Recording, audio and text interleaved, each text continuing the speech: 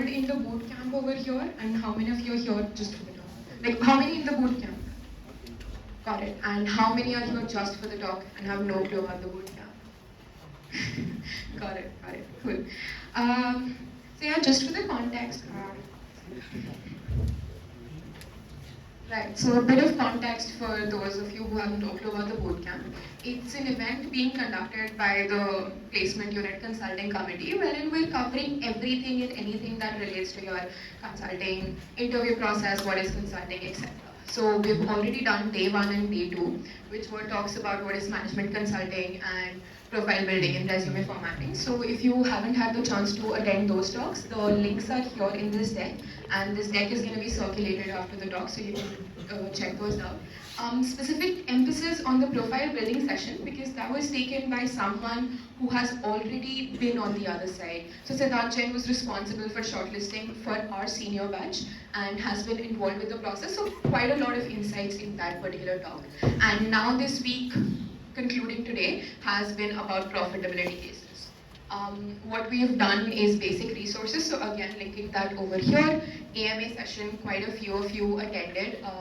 Take home assignment, I think the deadline has already passed, and if you guys are regularly participating in all of these talks, it will help us gauge who all are interested, and then post which will assign buddies.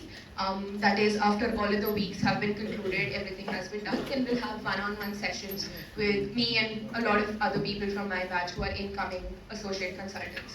So a basic agenda for this talk is covering overall interview process, starting right from your application till you get the results, everything that is involved there. Preparation process, because that again is quite a long process, 3 to 5 weeks, and then solving the cases, profitability framework, concluding with a doubt clearing session. Apart from all 5 of these things, is there anything else that you guys would want me to cover? You can just speak out right now, I'll cover that in the session as well. Like any specific segment that you want me to cover, might be related to profitability, might be related to the overall interview session. Okay, nothing. Cool. But if in between you want me to elaborate on anything, I'll cover that as well. So now coming to the basic interview process, the first step is application. So for those sitting for placements, that is the 2020 batch, your applications for specifically BCG come somewhere around the month of June/July. My batch also saw Bain applications, which again came a week later. McKinsey was somewhere later in the year, I think somewhere around September. So we do host other consulting roles as well, distributed across semester 1 and semester 2. So post the application process, which will involve you giving a resume. There is no cover letter required for on-campus applications. Just using the Superset platform, you have to give in your resume. Right? And the resume again has to be specifically formatted in the format prescribed by the placement unit. And all of the insights into this resume formatting session, again, please refer to the previous talk. Now, post the resume session, you have quite a few people being eliminated basis the resume itself. So, to give you some context, for BCG's process this year, we had 350 plus applications, and from our batch, only 18 people from Pilani Campus got shortlisted, and 9 people, I think 10 people from Goa campus. So only 10% of the resumes end up getting shortlisted. A majority of the people are eliminated here. Now, post the resume shortlisting, you have buddies being assigned to you. Now, buddies are alums, might be BitSeals who have done an MBA then joined the firm, or might be BitSeals who have directly joined the firm. So they are largely alums, maybe from other campus, like my BCG alum was from BITS Dubai, in fact, and the other one was my immediate senior batch from our campus itself. So what these buddies help you do is in the interview process, in the preparation process, if you have any question and you want some credible answer to it, while you might have access to your own seniors, but these buddies are always available for you. So you have 2 buddies, a primary buddy and a secondary buddy. Primary buddy is going to do a lot more number of cases because for us, they were incoming associates again. So they hadn't actually started with their work yet and had lot more time available. But your secondary buddy is someone who is usually a senior associate consultant and has more number of years of experience. But anything that you want to know regarding any specific case or regarding the interview process, everything you can frankly ask them over here. But again, all of the cases that you do with them, which can range anywhere from 1 to 5 or 10 cases, depending on how available your buddy is. I would really suggest that you use them to the level best, treat them like an actual case, because you do not get that chance very often. So if you're just gonna not do well in that case, or take light on it, or maybe probably end up bombing the case because you don't have the time, etc., it's a very important opportunity missed out. Then finally, your interview day. It, quite frankly, is a very exhausting day because you'll have multiple rounds of the interview in the same day. So for us, the day started somewhere around 8 o'clock, and our results were given 8 a.m. and our results were announced at 8 p.m. So it was 12 hours of continuous interviews. Of course, a lot of waiting time in between, but 12 hours of you being attentive, dressed up in a formal setting and sitting behind your computer or maybe in this offline setup. So interview day, usually you'll have pre-lunch rounds and post-lunch rounds. So pre-lunch rounds are usually with your project leaders and principal level rounds.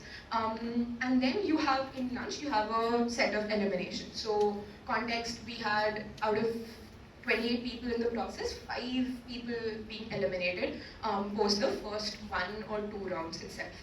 Then you have the MDP rounds, Managing Director and Partner level. Usually these rounds are less structured, they are more of a conversation, resemble less and less of a case interview. So for example, what my final MDP round, I wasn't given a case, I was given a situation and a lot of small questions being asked. So there was no case, it just gauged how well I'm able to quickly answer a question.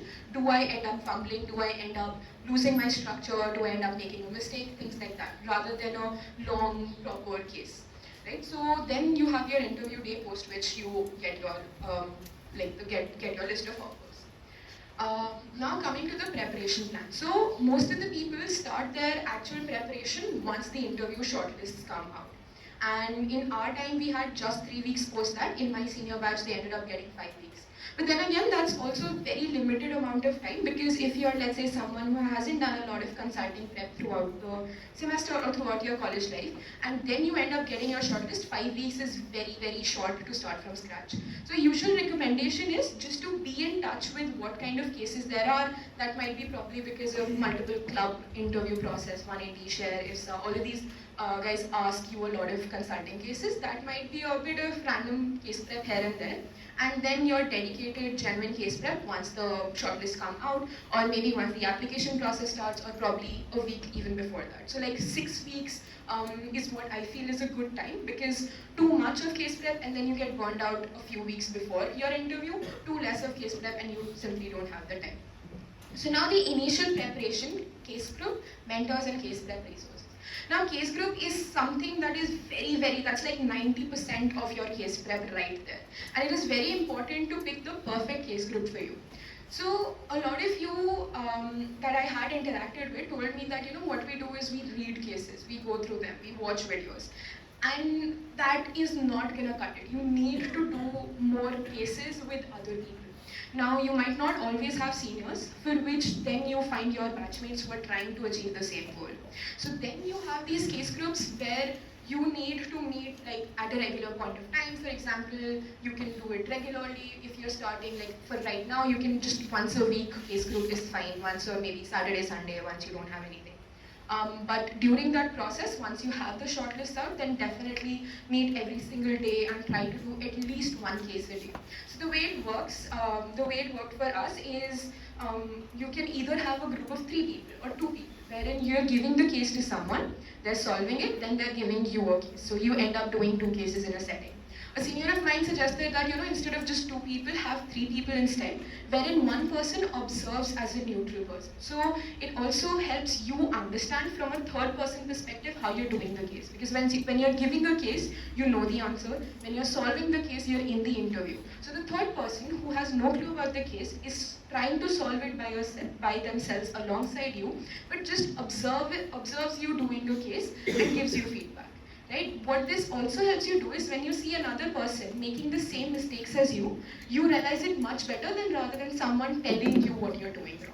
So a 3 people case group also works. Alternatively, what you can also do is something that I did. I had a bunch of 5-6 people that I knew, and and I randomly do cases with them. So for example, if I know that this guy is very good at profitability cases, I'll do my profitability cases with them. Someone I appreciate them for their unconventional cases, I do cases with them. It also helped me gain an idea of what the remaining 17 shortlists were like along with me. So I am someone who overthinks things a lot. So for me, it gave me some, peace of mind that I know where my batch lies. Because ultimately, you need to be in the top. If your cohort is at a very good place, then you need to be competing with them.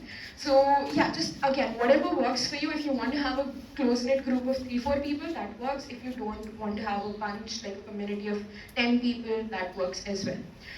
The most important thing is you need to know who are the people on your side, because the process gets frankly very stressful. I have cried every single day throughout the process because it would get so stressful. And probably you'd have your summer interns or maybe your PS going along with the process. So 8 hours of work over there, and then you come back home to do case prep. So it is very exhausting, and you do need to have some friends that are throughout there with you for the process. That can also be your mentors. These are seniors that you go to constantly for advice. So for example, if you're stuck with some sort of feedback issue or maybe don't know how to solve a case, you go to these mentors. So preferably try to get mentors from an immediate senior batch. For me, it was my 18 batch seniors. For you, it can be your 19 batch seniors. And then finally, case prep resources. We're going to share a few resources with you, but it's also good practice to make your own resources. For example, if someone gave you a case, or if you discussed a case with someone that you particularly liked, write that in an Excel file so that you ultimately have a list of cases that you find good and you know how to solve them. Apart from that, there are quite a few case books, 5 of which we're going to share with you guys. Rest you can explore. And yeah, so that's all the case prep resources that you're going to need.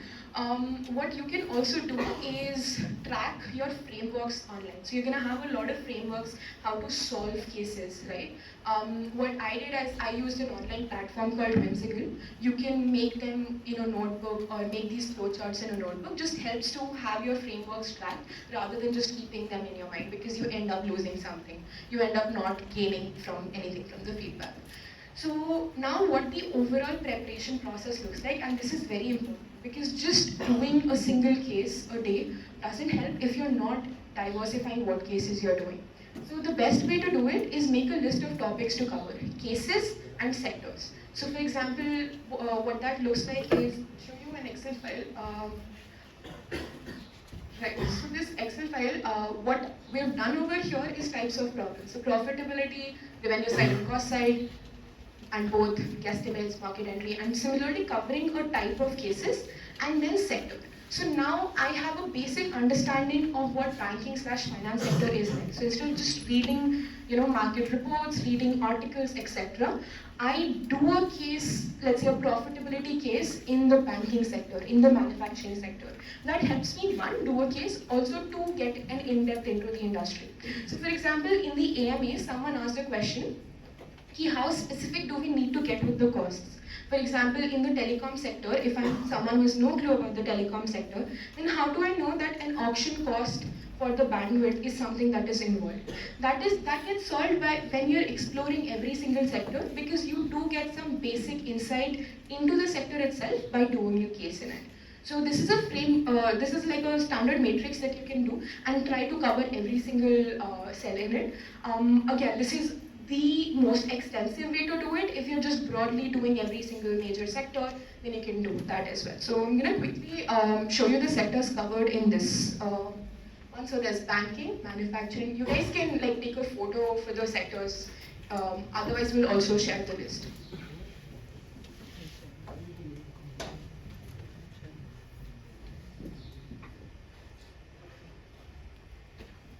And then we're covering health services sector. Right. So now coming back to this.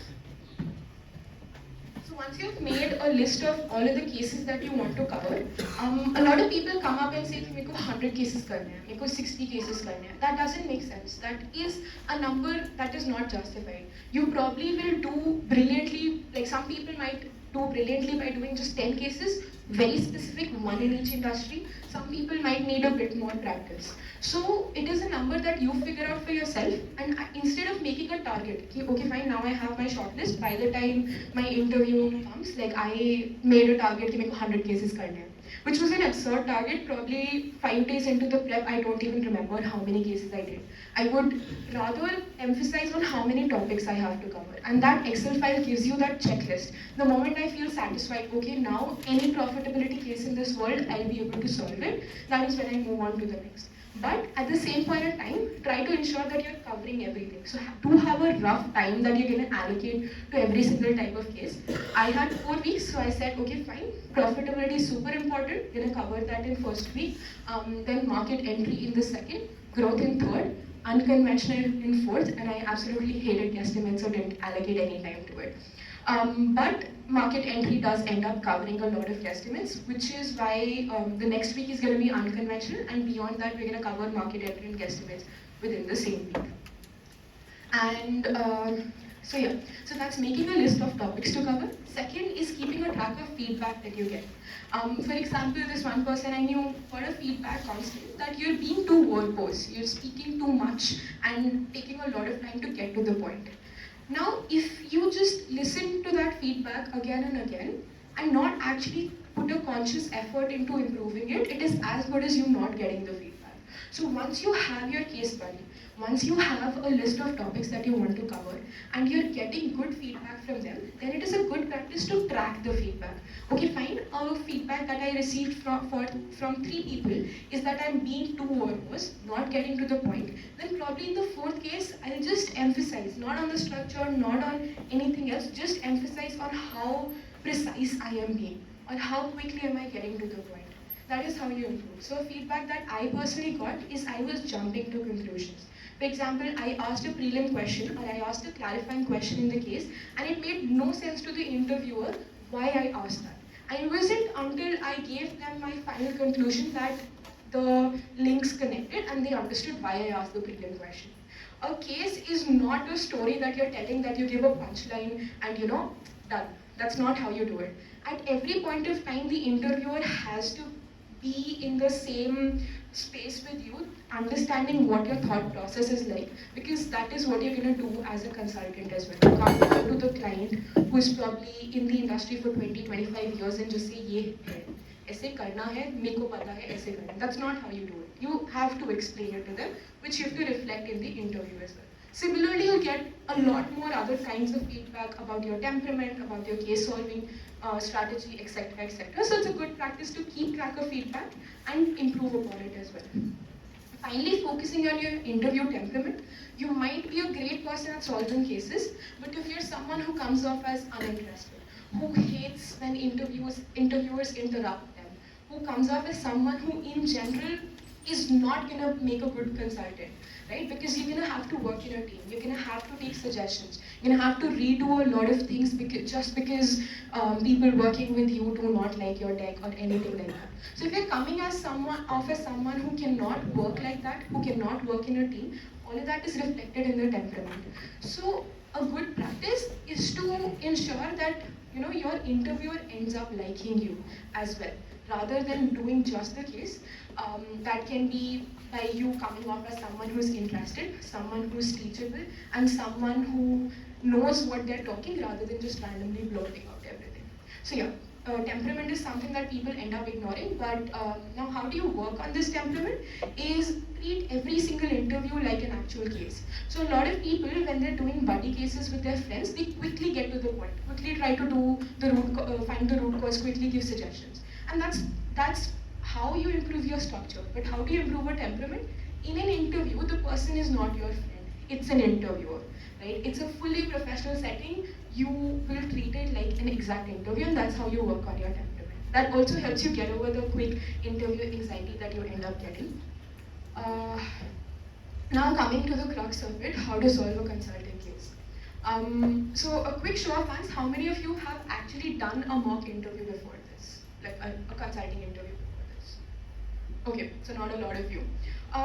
Right, so what a consulting interview looks like is they'll give you a case statement. Now that case statement might be our profits are, we are a beer manufacturing company and our profits have been declining over the past 10 years. You have been hired to figure out the reason and give suggestions. Now that's a clear statement. Now what you do, there's a lot of back and forth between the interviewer and the interviewee. There's a conversation that goes on, and ultimately along with the interviewer, you come to a conclusion. So for reference, if you guys have gone through the basic resources, there was an interview that I shared. One was case interview cracked wherein they do it in a setup, and another one was a previous PUCC session where we did a mock interview as well. So I hope everyone has gone through that. Anyone who still has no clue about that consulting interview? Perfect, thank you. So all of you know what that interview is going to look like. Now, the important thing over here is you have to judge the temperament of the interviewer. A lot of interviewers are going to expect you to ask them questions. A lot of them might want you to do the thinking yourself, make assumptions, and then just clarify with them. So you just have to judge how much back and forth the interviewer wants from your end, and then modify your approach to the interviews accordingly. Now, I divided it largely into 3 parts. The first part is preliminary / clarifying question. The second part is what a lot of you give a lot of emphasis on is the actual framework.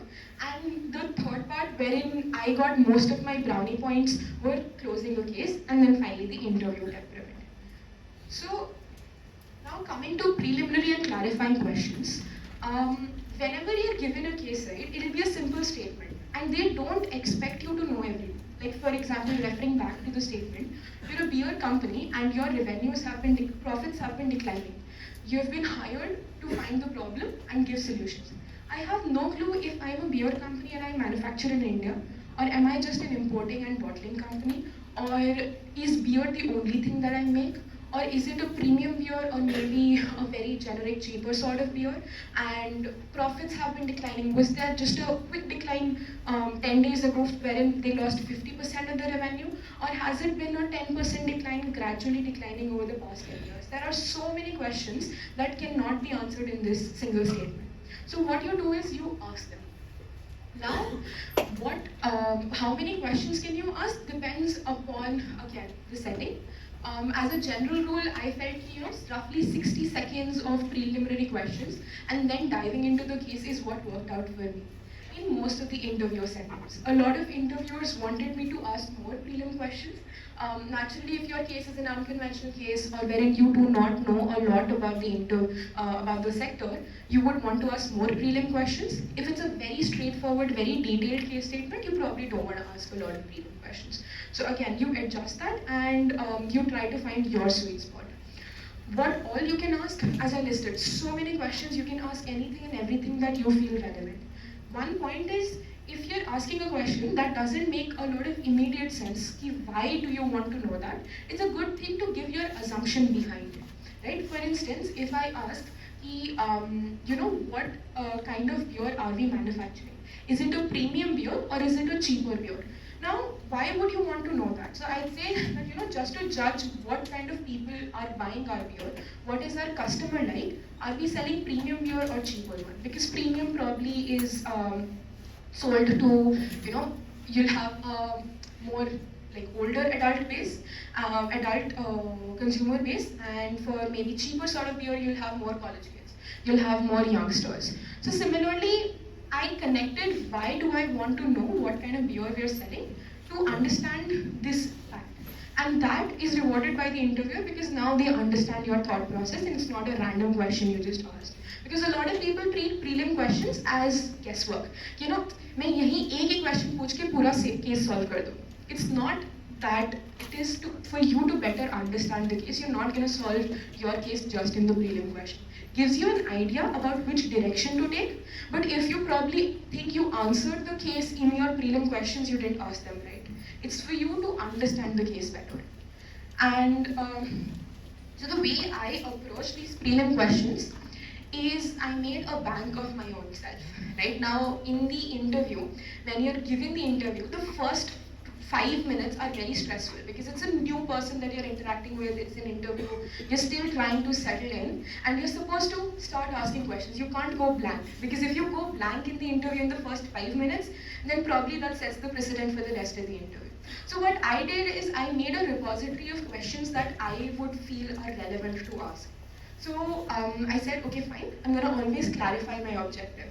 So no matter what the question is, no matter if I heard it clearly well, I rephrase it in my own way and clarify that is this our objective. Then I try to ask questions about the trends. So for example, referring back to the original case, what has been the trend like? Was it a sudden sharp decline, or was it a gradual decline over the past few years? Then maybe asking about product. What kind of product are we selling? Is it a premium one? Is it a cheaper one? Is it a bottle or is it a can? Right? Then place. So place, again, you rephrase it to fit your context. So in the case of a pure manufacturing company, they've clearly mentioned that they are just manufacturers. So I asked, okay, fine, given that you're manufacturers, how many manufacturing plants do we have and where all are they located? Now, again, if this question doesn't make sense to you, then probably don't ask it. I asked this question because I did one case wherein the manufacturing plant, they had 2 manufacturing plants, and in one of them the workers went on a strike. And they stopped the manufacturing over there, which led the company to incur a lot of costs. Which is why now on every manufacturing case question, I ask them, how many manufacturing plants do we have and where all are they located? So this is what I do with place. You can also ask, okay, fine, are we retailing? Are we based out of India? Where all do we have our retail stores? Distribution network would be, what is our distribution network like? Because usually they divide it into north, south, east, and west. You have 4 distribution zones, and probably one of them will have an issue. So you want to then figure out how well you can divide the overall case. Is it located at one place, or is it a broader thing wherein one of them might have a case? Again, this is a 4P5C standard kind of framework. I used it in here as 2P4C because that is what fit me. I didn't feel that the other things were relevant. So this is how you can, make your own frameworks. All of this is what I used and what I probably got from a lot of my seniors, and then remodeled it to fit my use case better. So then for C, I ask about the competitors. Okay, fine, if we have seen a gradual decline, has it been just concentrated to us, or maybe has it been, something of a universal sort of decline? Because if it's a universal decline, then as we come to it later, in the revenue side, you know that the entire market size is declining if all of our competitors are facing the issue. But if it's a singular issue, then you probably know that your market share is declining. Now, a very important part is everything that you ask here, make sure that you note it down in your notes. Because if you're asking a question at the start and then not using it towards the end, it shows to the interviewer that you're not paying attention, that you're asking questions for the sake of it. Now, if I know that none of our competitors are facing the issue and only we are, then when I decide to bifurcate my revenue into market share and market size, I will say that the number of units sold depends on the market share and the market size. But as you mentioned, our competitors are not facing an issue and only we are. So is it safe to assume that it is a decline in market share and not market size? What this does is it shows that any question that I'm asking, it is there in my mind and I'm using that information to modify my framework. It is not a checklist that I'm checking off a paper. Neither am I not paying attention to you. So if you ask a question and not use it later on and make a very blatant mistake, which has already been clarified to you, it counts negatively. So any prelim questions that you're asking, make sure that you're keeping a track of all of the information. Now coming to the case framework. How many of you know what a framework is? What is a mental model / case framework? Just a show of hands. Okay. To give you a reference, and please do not get scared because it looks slightly broad, this is what a profitability framework looked like for me after my 4 weeks of prep. This incorporates every single case that I had personally done. Now, again in an interview, I'm not going to cover the entire thing. It's sort of like a tree, right? Now, I ask them, okay, do you want me to cover revenue or cost? If they say it is a revenue side issue, then all of these cost-based questions are not incorporated here, right? So then, the moment they say that it's revenue and not cost, this framework narrows down into just this and looks much less scary. Similarly, the moment they say that it's a market size-based issue and not a market share-based issue, it collapses into this. And now it looks less scary. So it's just a bifurcation of everything, this or that. The moment they say this, then you drill down further on this side and eliminate the other side. But to incorporate, like to keep a track of your own things, it will, at the end of your cases, at the end of your preparations, it will look like a scary spider web of sorts. So this is for profitability, there are similar for market entry, growth, etc. Again, so a lot of this is borrowed from my seniors, but what I did was I would take a look at their cases framework, they'd explain me their reasoning behind it, then I'd do my own cases and come up with a structure like this. Like literally to the extent that they refused to share their framework with me, they were like, no, you're not gonna copy. I'm gonna sit on a meet and explain it to you, and then you get on your own sheet, you do your own cases and come up with your own framework. Come back on a call with me if you want to discuss, but I'm not giving you my framework.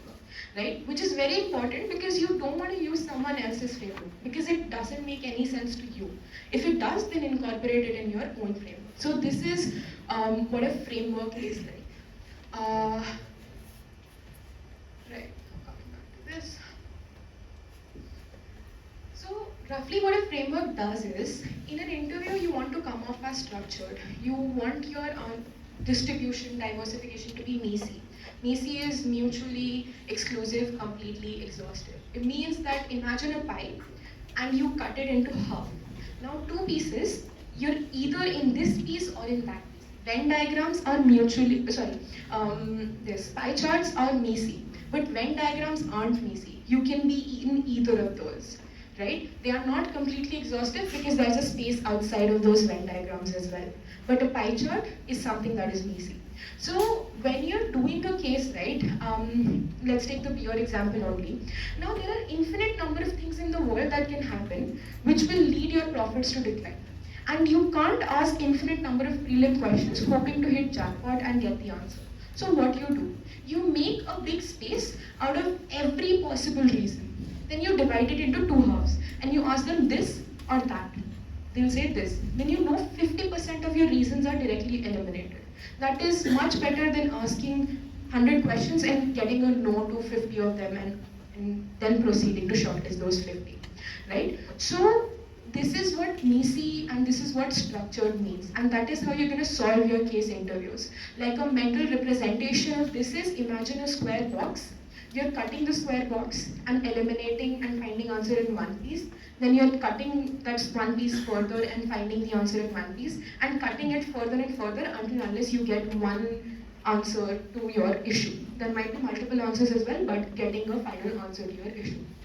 That is the mental representation of what you're doing when you're solving a case, right? Now, which is why you have this framework. It's impossible to come up with a framework on spot. So this is why you practice. You practice to come up with a rough framework that has been applicable in every single interview.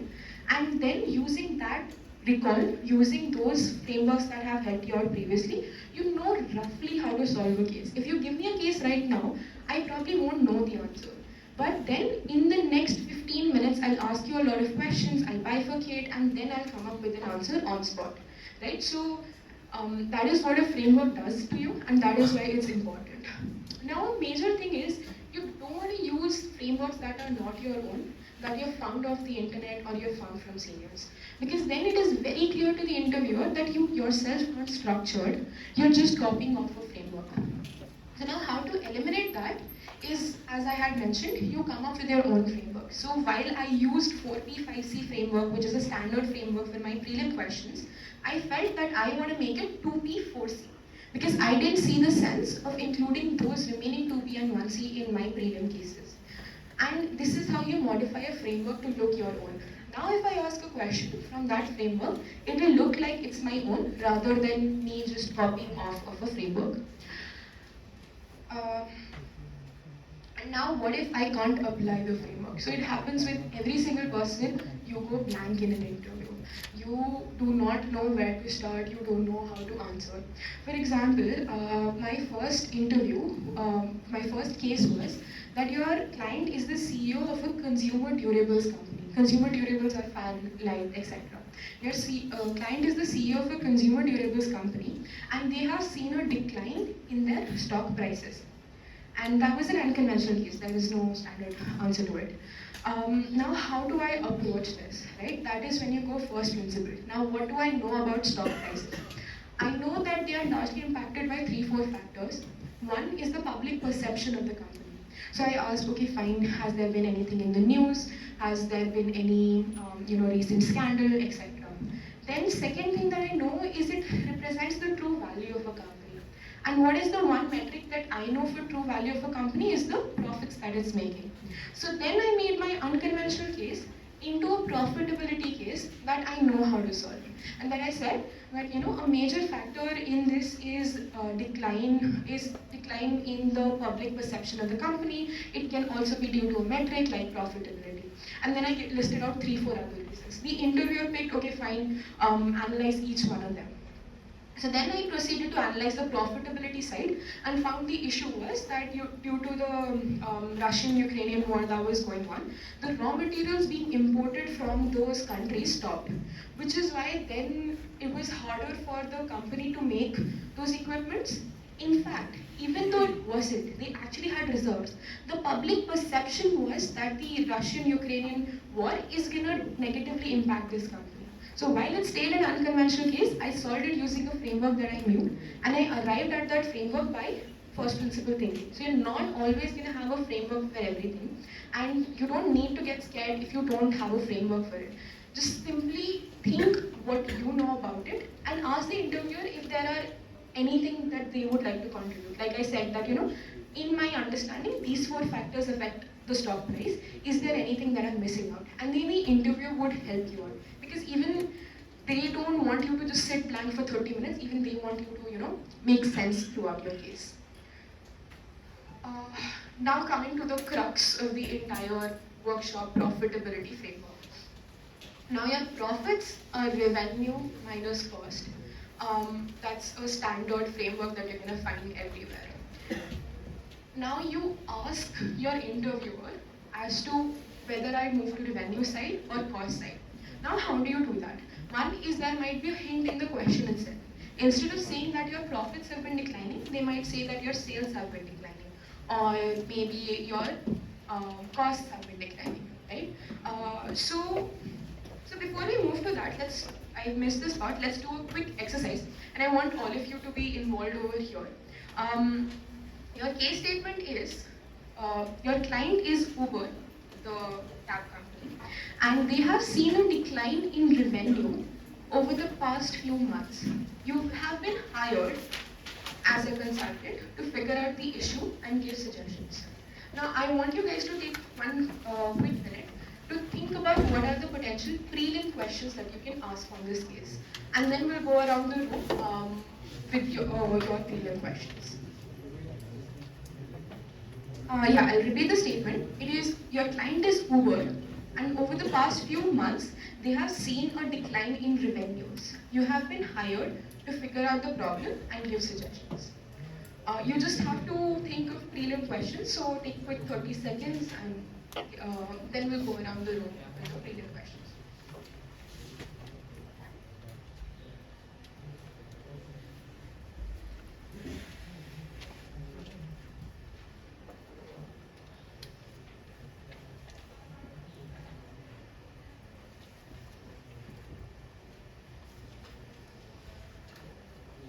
Okay, I hope you guys have your prelim questions ready. Anyone wants to volunteer? Anyone wants to start first? Yeah. Where has this decline been observed? Is it geography specific or across the world? Right. So, where has this decline been observed? Is it geography specific or is it across the world? That is a place-based question. So, Uber, as you know, operates all across the world. So, is it specifically the India operations that have been impacted, or is it across the world? For instance, when Uber launched in China, a lot of regulations by the Chinese government were put up, because of which it was a huge loss for Uber. Right now, asking, is it specifically China, or is it across the world? It gives you some idea about what questions you want to ask. Can it be one government impacting it? Can it be one specific geography or one specific set of people not liking their business model, or is it a larger issue as a whole? Right, so what are the questions? Yeah. Is it the same as the competitors like Ola and everything, or is it just the Precisely, right. So that's a great question. Have our competitors also seen a similar decline? Let's say to Abhijit's question, the answer is it's an India-specific decline. Then you ask your question that, have our competitors seen a similar decline, or has it been just Uber? Might be a good answer because, let's say, recently the government started, I don't know, a bus service, or maybe a good metro service is now in works, right? So that will see a lot of decline across the competitors. If it's just you, then your answers will be different, right? Are there sudden decline in the revenue, or it's a gradual decline in the revenue? Precisely. Now, if it's a sudden decline, might be due to an external factor. If it's a gradual decline, it is usually due to a change in trend, due to a change in preferences. Change in preferences don't happen overnight.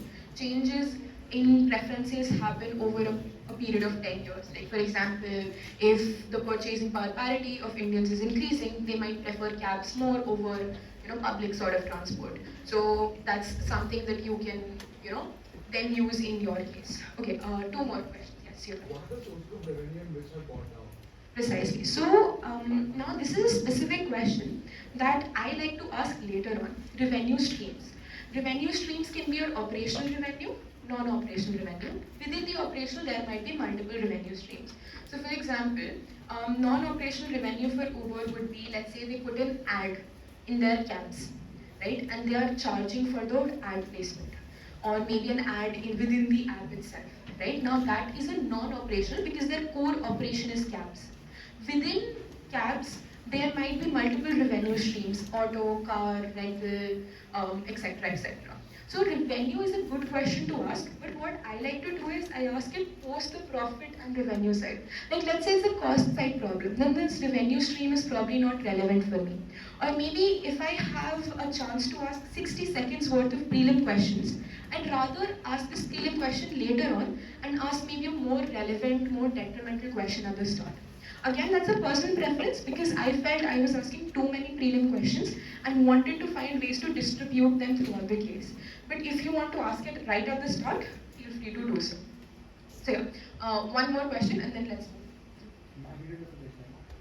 Magnitude of the decline, right? Fair. So that's again a standard question. A lot of times you're not gonna get a numerical answer to it. They say that it has a roughly, it's not a large decline, or maybe it's a large decline.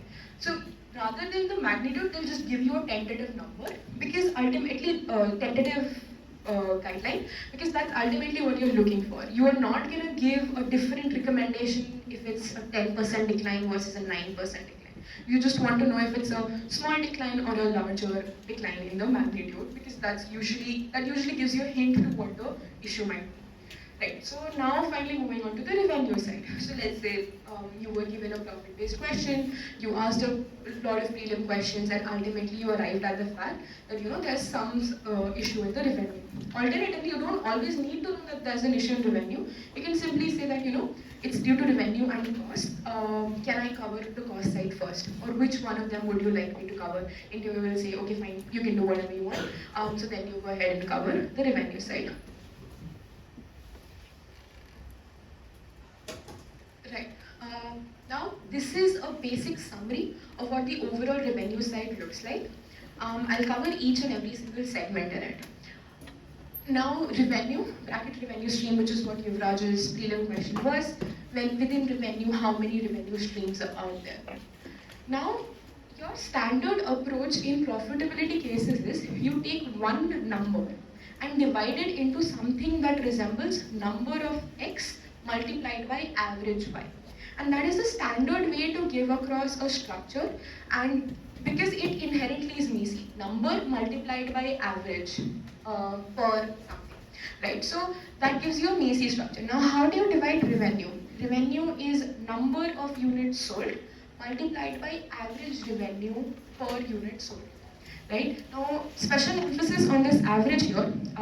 Let's do a sample case again. Your client is a pharmaceutical company which has three products, A, B, and C. A sells for 300 rupees, B sells for 200 rupees, and C sells for 100 rupees. Over the past few months, they have seen a decline in their profits. Let's say they have seen a decline in their revenues. Again, you've been hired, you have to figure out the cause of the decline and give suggestions. Take a quick minute to think, and if you have any prelim questions, feel free to ask. Can you repeat the question? Yeah, the question is, your client is a pharmaceutical company that manufactures three drugs, A, B, and C. A sells for 300 rupees, B sells for 200 rupees, and C sells for 100 rupees. Over the past few months, they have seen a decline in their profits. You have been hired to figure out the reason and give suggestions. If you have any prelim questions regarding the case, you can ask. Otherwise, let's move. Otherwise, you can take 30 seconds to think. Yeah. How much percentage of ABC are sold? How much percent A is sold? Right. So that is exactly the kind of prelim questions that would have helped you out over here. Because the answer to this structure was that A, which is the pricier drug, has the percentage of A has decreased, right? And now they're selling more of C. So if you look, the number of units sold might have stayed the same, but now they are going for the cheaper of the three. So the mix, the average revenue per unit sold had gone down. Now what if I had asked that has my price per unit changed? The price per unit stays constant. A is still selling for 300 rupees, C is still selling for 100 rupees. But now people are buying more of C and less of A. So on an average, for every unit sold, I am earning lesser revenue. So while that's a great prelim question and you ended up hitting the exact case, but in the actual case that was given is that I'm a pharmaceutical company and I sell drugs in a specific area. Now there has been a decline in revenue. So the entire chain of questions would have been how many, what is our area in which we sell, then magnitude, trends, etc. Then you would have ultimately come down to revenue side. Probably if you had forgotten to ask what are the revenue streams, you would have moved on to, price per unit multiplied by number of units sold.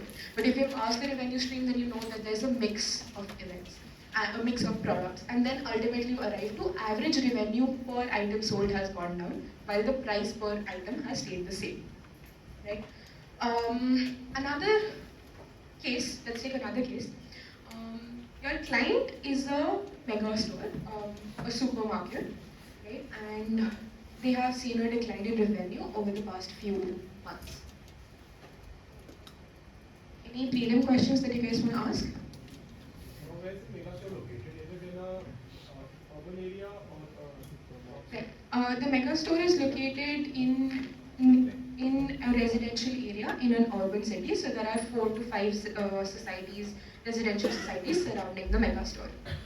Have other competitors faced similar decline in the? Right. No, the competitors' revenue has stayed the same. Is it part of a big chain or an individual store? It's a part of a bigger chain, but only a specific store located in a specific area has seen the decline. Which categories have high margins and which categories have low margins? Which type of products? Right, so that's a prelim question that jumps to something. An ideal prelim question would have been, what kind of products do we sell? Are there multiple products or is it a single product? Now, given that I've said it's a mega store, you can assume that there are multiple products. Then you would say that, given that's a mega store and there might be multiple products that are being sold, what is the margin like? Is the margin similar across some, or are some higher margin products or are some lower margin products? Right, so that connects to what your thinking is like and you're not jumping to a prelim question. Right, any other prelim questions? Yeah. Is there a decrease in footfall of the store? No, the footfall has stayed the same. Again, so that is another prelim question that assumes that the revenues have gone down. Wait, did I say revenue or did I say profits? Revenue, okay, never mind, then fine. That would have been a standard question. But then again, you need to divide it into number of units sold, or maybe in the case of a mega store, you can take basket value, right? So has the average basket value declined or the number of orders declined, right? So instead of asking it like a prelim question, a better way would have been to maybe start with the case and divide it into two. Right, because again, if you are asking too many prelim questions, to the interviewer it starts looking as if you're forcing them to solve the case rather than solve it yourself. Right, so you need to gauge if a prelim question can actually become a structure in your framework and then ask the prelim question. Right, so, okay fine, that's fair enough, fair round of prelim questions to go around. Let's say all of the prelim questions are answered, you've started with the revenue. Now, how would you divide the revenue further? So one, I only gave ki, okay, average basket value multiplied by number of orders. Is there any other way that you guys would want to divide revenues further? Take quick 30 seconds to think. Maybe Yeah. High profit margin, low profit margin, which are more expensive, less expensive. Okay, so you're saying revenue gets divided into high profit margin and low profit margin. Yeah. Again, so now that's not a very defined distribution. How do I say an item is high profit margin and how do I say it's a low profit margin? Right? Let's say I'm making a margin of ₹1 on one item because it's probably something in the market that tends to be a low margin item. Right? Now, let's say I'm making a profit of margin of ₹10 on an item. But in its category, that ends up being a low margin item. Do you guys understand what I'm trying to get to here? Right? Margin in a mega store is a very relative term. For that category, that might be a low margin, that might be a high margin as well. So your division needs to be something that is clearly understandable and every single item gets divided into two. So again, your overall revenue, let's say it is X, 100, right? 100 units, 100 rupees per day is your overall revenue. It's a very small mega store. Now, how do you divide that 100 into a MECE division? Yeah. Revenue that is from durable goods that you sell and from the goods that are sold regularly, that people buy regularly over small. Okay. Right, so that is slightly fair. We're trying to divide it by revenue streams. Revenue streams. One is your durables, one is regularly bought products. But then again, try to think how does that help me bifurcate it further. Let's say I give you an answer that it is due to your durables. Right now, how do you proceed? Right, okay, fine. Let's say we have done the revenue stream distribution and we've identified one revenue stream that has seen a decline. How do we proceed beyond that? How do we divide it into further categories? Public perception of the product changed or something like that.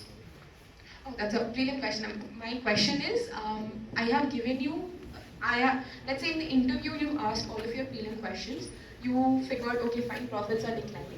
It is due to a decline in revenue. In that framework, in that case tree, you have identified, okay, revenue is the reason why there's a decline in profits. Now, how do you proceed further? What further level do you go to? What are the different sources of revenue?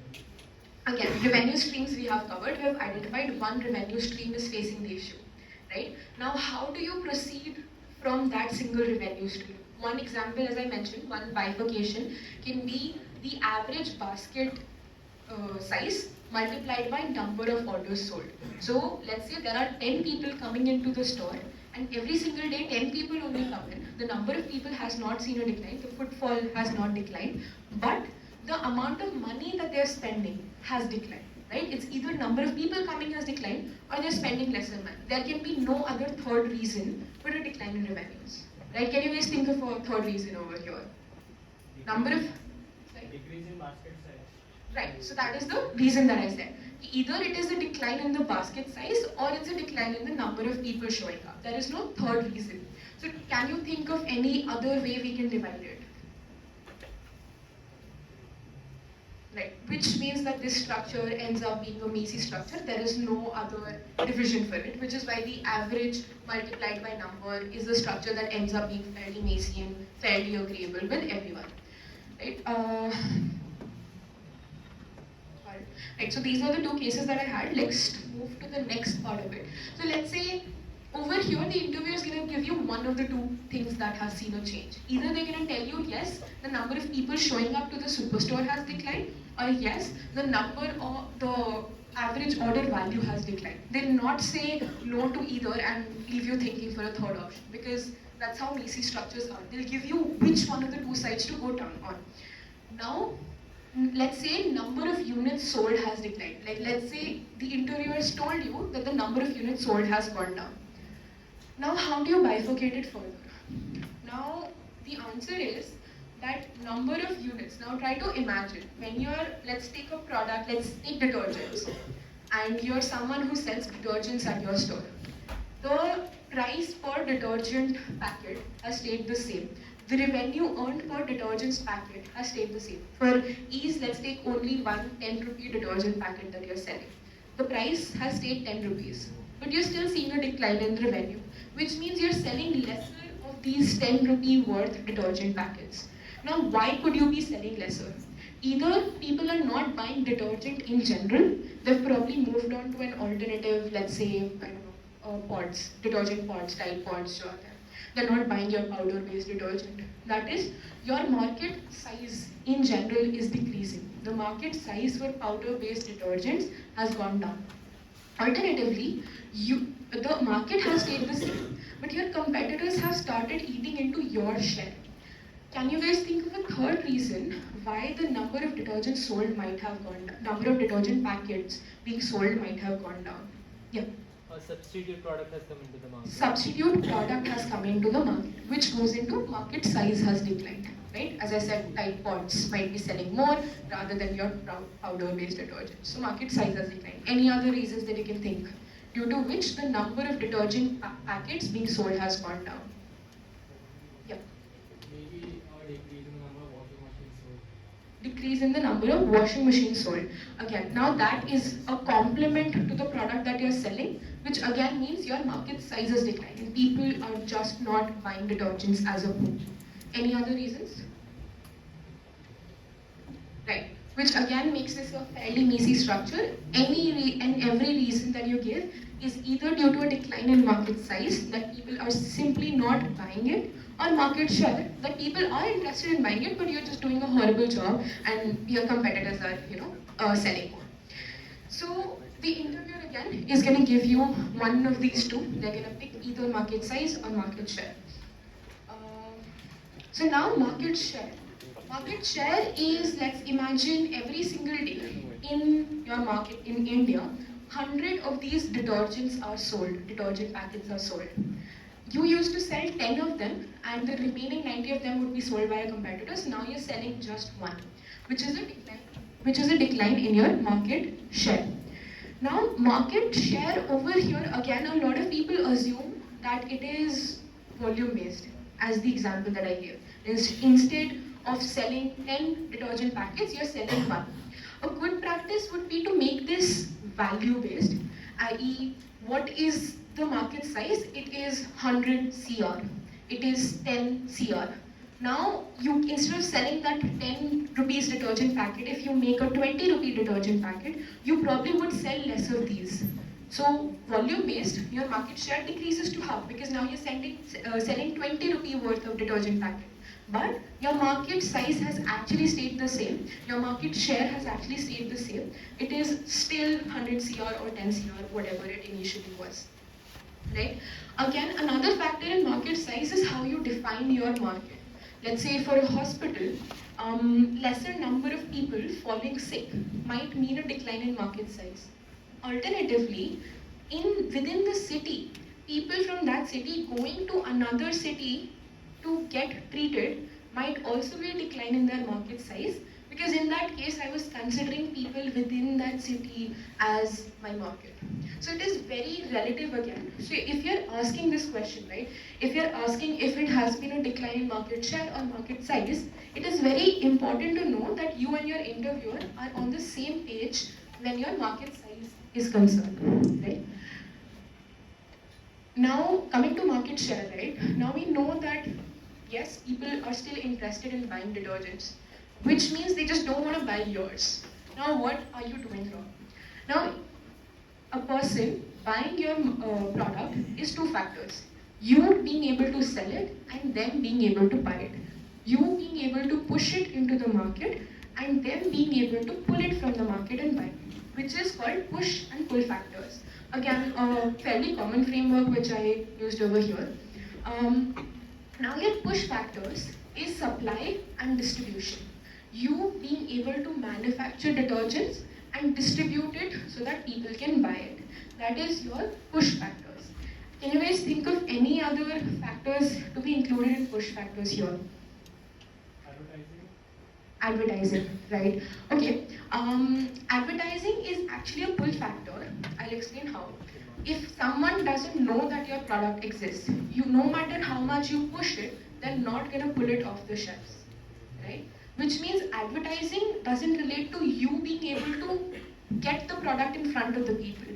It relates to their need or their wish to buy the product. So no matter how well your product is, if they don't know about it, if they don't advertise well, they'll never pull it off the shelves. So advertising is actually a pull side thing. Any other factors that you can consider in push factors? Incentivizing the basically the retailers, the markets, like providing them some incentive to Right. sell that particular product instead of the competitive product. Right. So again, that falls in your distribution chain. If retailers just don't want your product, if you're doing a horrible job at distribution, right, then they probably wouldn't want it. Now, again, this is my framework. This is how I feel it makes sense to classify push factors. If you think that some other sort of categorization is what works out for you, then feel free to use it. So now every reason that you're giving me, I'm confident enough that I can classify it either as a supply or as a distribution-based issue. Now you need to be confident enough of your own framework so that you can divide it in your own framework. Right? So any other factors that you think can be push factors, and I'll tell you which one of these they fall into according to my classification. Like any other push factors that you guys want to include, or then let's move on to pull factors. Okay.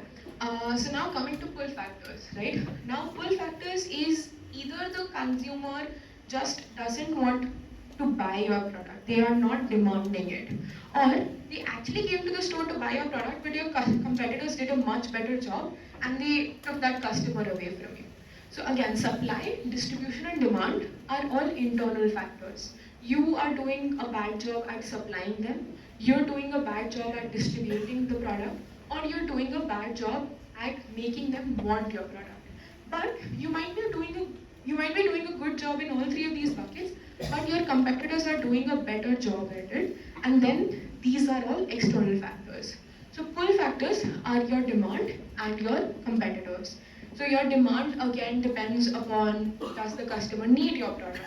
Is the customer aware that your product exists? Again, another advertising classification. Does the customer need it? Is the customer aware that it exists? Can the customer afford it? Can the customer access it? What if you're selling just in US and your customers are in India? Can the customer access it?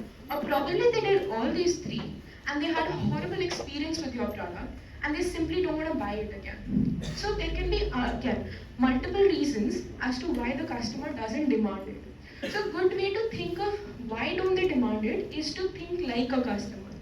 That is, let's say I have to buy a certain hand cream. How do I think of all of this? Now, how as a customer, I would think and come to the conclusion that I want to buy your specific hand cream. First, do I need a hand cream? Maybe I don't care about moisturization, maybe I don't care about any of this and I don't need hand cream. Maybe I cannot afford it, right? It's just too expensive for me. So I might need it, but cannot afford to buy your product, right? So then, am I aware? Okay, now I know I need a hand cream. I know hand creams fall within my range. Now, am I aware that your particular brand sells hand creams? Maybe I don't know if Nivea sells hand creams. So I will probably not buy Nivea, I'll buy something else. So then, now what I think is, okay, now I know Nivea exists, it sells hand creams, I need one, and it's something that I can afford. Probably it doesn't sell it in India. Again, I can't buy a cream again. So now I know that it exists, I can afford it, it's available in India, all of these factors are there. But the last time I bought Nivea, I got rashes, right? I had a horrible experience, or maybe the packaging broke or whatever. and I had a horrible experience and probably would never buy a Nivea hand cream again. So that is how you think as a user, whether or not you would want to buy a product. And that is how you can list out your demand factors. If either of these issues are being impacted, people will simply stop pulling your product off the racks and your market share will decline. Now coming to competitors, that's fairly simple. If your competitors have seen an increase in their revenue or if there has been a new entrant into the market, the competitor side comes in here, right? So just a quick activity here again.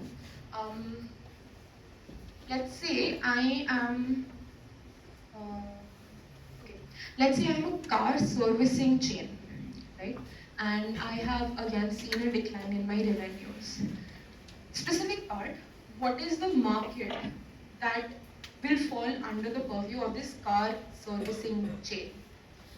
Okay, take quick 30 seconds to think and repeat the question. It's a car servicing chain. What is the market for this car servicing chain?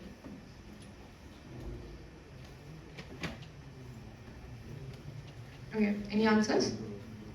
Yeah. Personal and commercial users, okay, fine. A fair market distribution might be according to the kind of vehicle they own. And the entire commercial market, like the entire, every single commercial vehicle in India as a whole is declining, that might be a market. Types of car that they service. Types of car. If they Right. service premium car. Right, okay. That is. Okay, so I think we're moving a bit more towards what kind of product we serve, and that's why eliminating those. I want just, let's move to the hospital chain again. What I want for you guys is to give one line description. This is my market, right? Let's say I am a drugstore located within a hospital. What is my market in that case? Right, so it's patients of that particular hospital, right? That is one market assumption. But what if I say external people who are just coming to that hospital to buy one drug because it's not available anywhere else in the nearby area are also a part of that? In that case, your definition of market changes, right? Which is why it's very important that the moment you say market share has seen a decline or your market size has seen a decline, you're confirming with your interviewer as to what you define a market and what they take to be a market. Because the moment you say patients, your market is equivalent to the market of the hospital. But the moment you say that, external people can also come into the hospital and buy drugs for themselves, then your market becomes much broader than that. Because by the definition of patients, anything happening outside the hospital might not be something you care about. But by the second definition, you definitely do want to know what is happening outside of the hospital as well. Right? Okay, so that is for market share and market size. Right. Now let's say your market share has been constant, but your market size has seen a decline. Now, why does the market size decline? These are the three factors that I consider, 3-4 factors that I consider. Again, this is not a Macy framework. There might be factors outside of this framework that can potentially impact. So again, all of your answers, all of your parts of your framework, right, might not always be Macy. Some places you might just be asked to list down a list of reasons as to what can impact your market size. This is one of the places. Now I don't have a framework that lists out every possible reason. So what I did was, all of the cases that I had done, all of the major factors were there, I put them over here. There can either be a substituent to your product. Detergents, detergent pods, detergent powder, a replacement. Complement, washing machine not being sold is a good complement. Supply and demand, again, everything that we had considered in the market share, but on an industry level. So to give you a reference, market share might decline due to your push and pull factors, supply, distribution and demand. You can do that at an individual company level, or you can do that at a market size level. For example, there is simply not enough supply of, let's say, lithium, right? There is not enough supply of lithium, which is why you can't produce a particular item, which is why the entire market size is declining. Or one of your suppliers of lithium has stopped supplying you lithium, which is why your production, your supply has declined. So all of these factors can be market-based or individual-based as well. Okay. So another quick exercise. What are a few supply-based push factors that can negatively impact my profits? You are just supposed to come up with reasons for these. Can you think of a few supply-based push factors? One of them I said ki raw material not available. Yes. Next. Like there might be increase Increase in price of machinery. in price of machinery, right? So I can't afford that machinery. Again, might not be very relevant because it's a fixed cost. I have to buy machinery only once. So if I have already bought the machinery, let's say the machinery price starts increasing, doesn't affect me because I'm not gonna buy it again. Any other? Yeah. Higher labor cost or higher energy cost? Higher labor cost and higher energy cost. Again, so whenever you're thinking of these push reasons, right, what I'm getting is a lot of cost increase, right? Now, cost increase doesn't directly affect my revenue because I can actually reflect it as an increase in cost, right? And that might not be a reason why I'm unable to produce things. Push factors are reasons why I'm unable to produce things. Yeah. One thing that you had mentioned was, let's say, your factory laborers have gone on strike, something like that. Yeah, definitely. So your factory laborers going on strike, your factory shutting down is definitely a push factor. Same. There might be shortage of electricity. Shortage of electricity, again, another way why I can't produce something. Change in government regulations surrounding the production of the production processes of the product. Right. Similarly, again, will lead to a plant shutdown because then I have to rebuild everything. Okay, two more reasons, then we move. Breakdown of machinery. Yes. Natural calamity. Natural calamity. Again, all of these are factors why you're simply unable to produce anything. Your manufacturing plant has shut down. Okay, now distribution factors. Pushing it in the wrong markets, the wrong geographies. Okay. Where demand is low. Okay, so people are not, but then again, as you said, it's a demand factor. It's not a push side. Like you yourself mentioned that where the demand is low. So the answer was that pushing it into the wrong markets wherein the demand is low. So as you mentioned, it's a demand side factor. Distribution side issues. Yeah. Maintenance is sensitive for you. Yes, definitely. That's a distribution side issue. So one example for this was that my competitor. So it was a newspaper-based company, and they would sell newspapers. Now the competitors were paying their distributors additional incentives to distribute their newspapers before everyone else's, right? Which is why they started buying those. Another reason? Any other distribution side factors? Transportation cost increasing. That again is an increase in cost and not the same thing. Okay. Can packaging be an issue like for distribution, like during transportation, the package breaks down? Right, package breaks down. So I like to cover it in efficiency side of things, cost side of things, because while I'm producing something, I'm not able to sell it. So my average cost per item sold increases. Like I produce 100 items, but I'm selling 90 of them, and 10 of them are going to waste. So that's an increase in wastage costs, right? So that's actually a cost side case. Okay, now quickly moving on to the next. This is a summary of everything that we covered in the revenue side of cases. Any questions up until now? Sorry? PESTLE. Okay, so PESTLE is a framework that covers the common factors that affect the entire market: political, economic, social, technological, legal, and environmental. This is just a list of factors that impact the entire market, and you can adjust it according to what your case is. For example, if you're thinking of something related to the EV industry, then technological factors might be a limitation. So again, PESTLE factors is what affects your market size, that you simply cannot produce EVs at that rate, or your EVs are not, very stable. They end up breaking down a lot. There's a lot of maintenance charges. All of this would lead to a market size decline. Something that the entire industry as a whole is doing wrong. Right, so this is a summary of the revenue side of things. Any questions up until now? Otherwise, we'll do another quick case. How does the demand analysis vary So demand analysis varies because when you're considering market size, you'll consider that product in general, right? Maybe I just don't want to buy detergents. Maybe I'm using soaps or Tide pods, etc. Right? So maybe I'm not aware that detergent powders exist. Maybe I can't afford detergent powders as a whole, and I go for a cheaper soap alternative. Right? So that is what you ask in a market size based issue.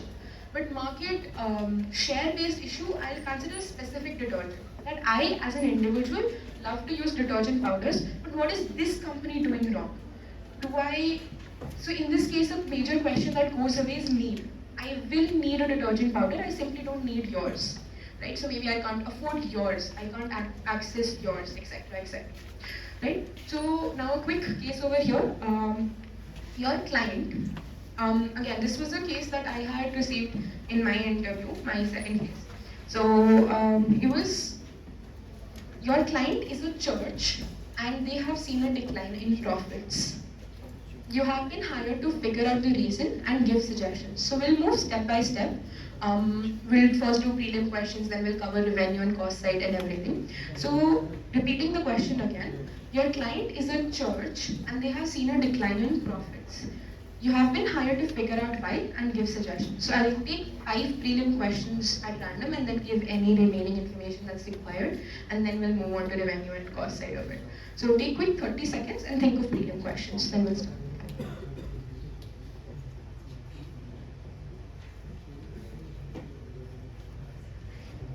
Are you guys ready to start? Yep. Right. Right, so the question is, what's the geographical area where we're located, urban or rural? Slight modification to that, what is the geographical area we're located in general? So the church is based out of Barcelona, and it is located in a relatively urban setting.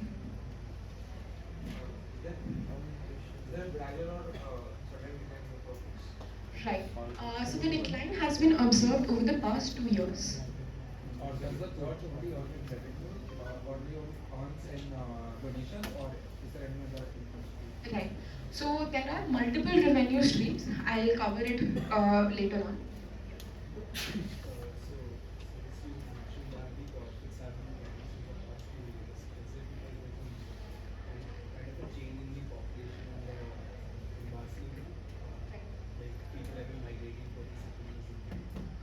So, just 1 second here. So the question was, has there been a change in the general demographic of the city? Have the people been migrating in or out of the city? Now, the case with this kind of question is, right, it's a very specific question. And I, as an interviewer, have no idea why Ayan over here is asking me that.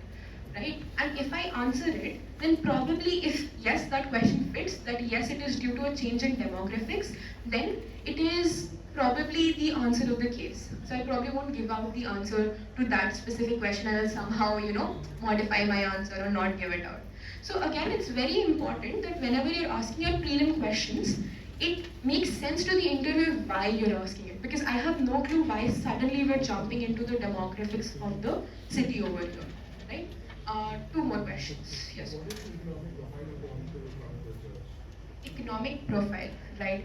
Okay, a fair question, but still, I can't understand why that question comes in. Because when I say that over the past 2 years the revenue has declined, and the answer is immediately yes, that the economic profile has changed now, people who cannot afford as much are coming in. So this again becomes a very specific question. Yes, last question. Is this decline in one specific church or one specific type of church, like Protestant, Catholic? Right, right. So now that's a prelim question that's gonna get you in trouble because I said that it's a church based in Barcelona. So it's just one church, right? I'm talking about this one church. So a better way to frame that question would have been, how have our churches around our area been doing? Have all of the specific kind of churches been doing bad in terms of profits, or is it just our church, right? So just a modification to this. Okay, so yeah, last question. How is the footfall? Has it reduced? Are the number of people coming every weekend reduced? Because if less people come, less people donate, So that would be Right. So footfall is another specific revenue side of case. When you're asking me about footfall, you're assuming that the revenues have gone down and nothing to do with cost. So probably something you'd want to ask once you know that the revenues have gone down. So the prelim questions that I had asked were first about the place, that yes, it's a church based out of Barcelona. Second question was about COVID, because it was last 2 years and my interview was in 2022. So, okay, has this been because of COVID? Have there been travel restrictions? And the answer, in fact, was yes. So, COVID becomes a very important prelim question for you guys to ask. Even more so for our batch, of course, over the graduate batches, the relevance has declined. But again, something you want to ask in general. Then the trend. And then finally, in terms of customer, right, we had question about what is their economic status. A very specific question, but still a valid question, but a very specific one. One question would have been that, okay, Barcelona I know for a fact is a tourist place. So are our customers tourists or are they localites? Now that's a very direct question to ask because it tells me so much about the people. A localite might not spend as much every single day. A tourist definitely would. A localite might be interested less in souvenir shops. A tourist would. Right? So this question helps me answer a lot of things rather than just maybe asking the economic level of the people, which again, how do they judge? How do I tell you what is the economic level of me? But I can tell you if they're a tourist or if they're a localite. So again, just my thought process, you can probably ask that question in the interview and the interviewer might not actually say anything and might like the question either. Right, so that's the prelim questions. Now we're moving on to the revenue side of things. Then my question was, what are the potential revenue streams that are there? And my interviewer asked me that question. He's like, okay, fine, what do you think are the potential revenue streams? So let's try to cover 5 potential revenue streams that will be there for this church.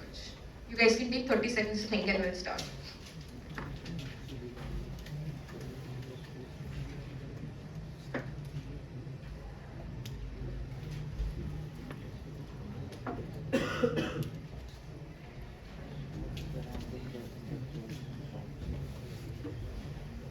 Right, okay, quick 5 revenue streams. Yes? One can be donations, Donations, yes, that's one. investments in trusts and businesses, That again becomes donations, right? That's what you were saying. investments in trusts, Okay, so we have an endowment fund and we are investing in it. Okay. offerings, kind of thing. Again, donations. Marriage. Right, so booking the church for events was another one. Marriage, baptism, etc. Let's get someone new. Anyone who's not answered a question? Yes? Admission ticket. Admission ticket. Yeah, entry tickets. Yes. So we have events, donations, entry tickets. One more. Souvenir shops. Souvenir shops. Okay, can you think of the 5th one?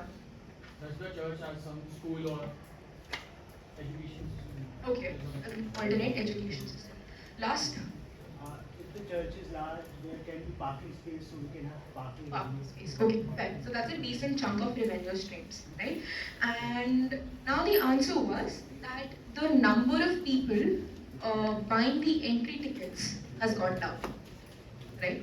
So let's take 3 assumptions that we make from this piece of information. Right? Quick 3 assumptions that come to my mind when I say the number of people buying the entry ticket has gone down.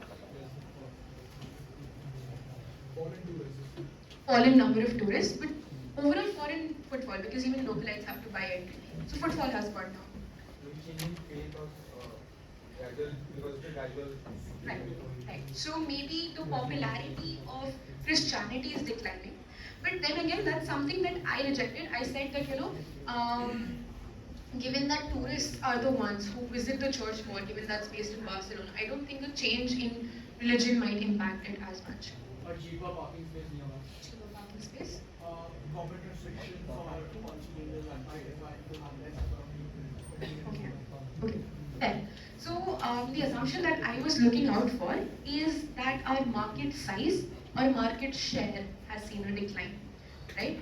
It's either of the two, because directly, when your entry fee is number of people buying your entry fee is declining, that means number of units sold is declining, which means either market size or market share is declining. And then the interviewer said that you're the only church in that area, which means your market size is declining. Now, let's quickly consider 7 factors that will lead to a market size, and then let's close this case. Market size. Yeah. Okay, a new tourist attraction. Fair. Scandal by Okay, a scandal in the church. Okay, fair.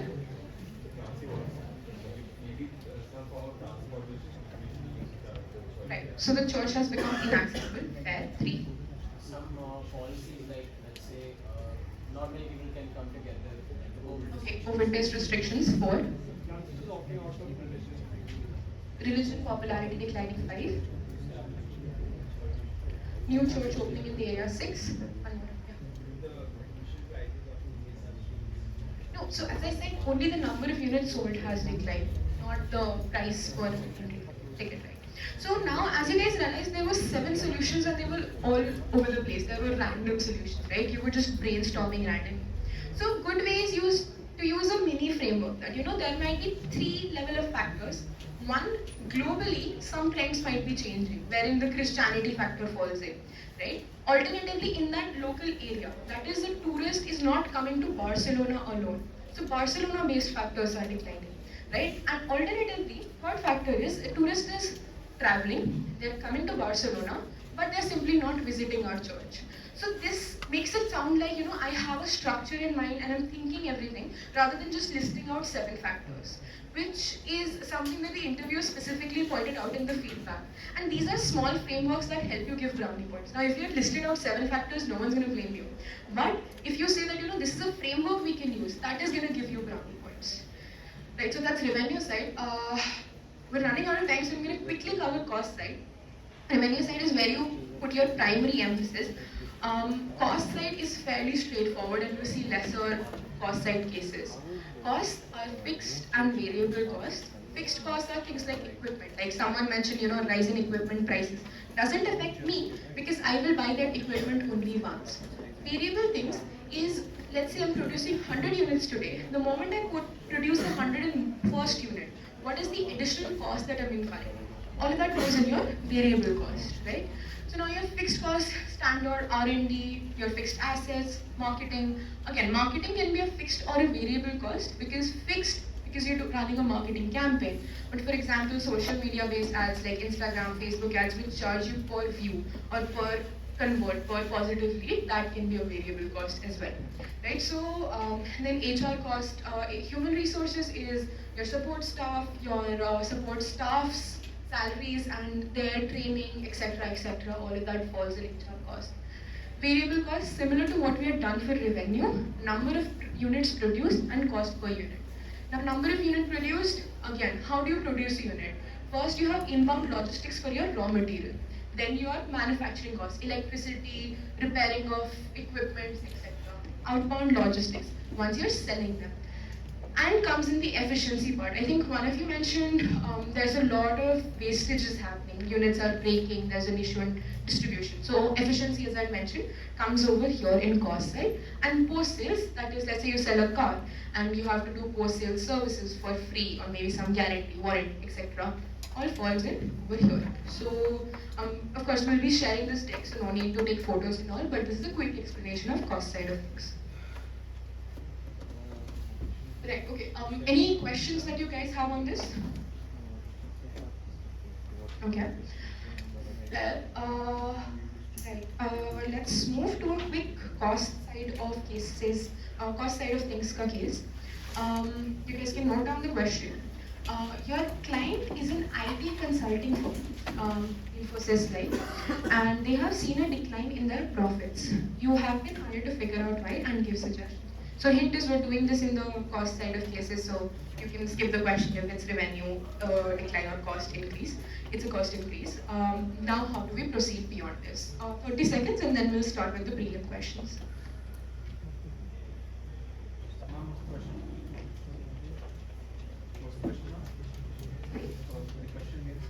Okay, the case statement is your client is an IT consulting company, for example Infosys, and they've seen a decline in their profits due to an increase in costs. Now you have to figure out why. Yeah. have the salaries increased, right? Again, that's a very specific freedom question to ask. But you would want to divide your costs and give me a list of all possible costs that they incurred, and then ask me which one of the costs have increased. Because instead of listing out every single cost, asking if it has increased or decreased, you'd want to first list out all of the potential costs and then ask me which one of them increased. So quickly we'll move to fixed and variable cost. What will be the fixed cost for an IT consulting company? Fine. Electricity, one. Salary, rent for companies. Okay, HR salary cost only. What else? Technology like Microsoft. Equipments, right? Equipments or subscriptions. Right, okay. Four. Marketing cost.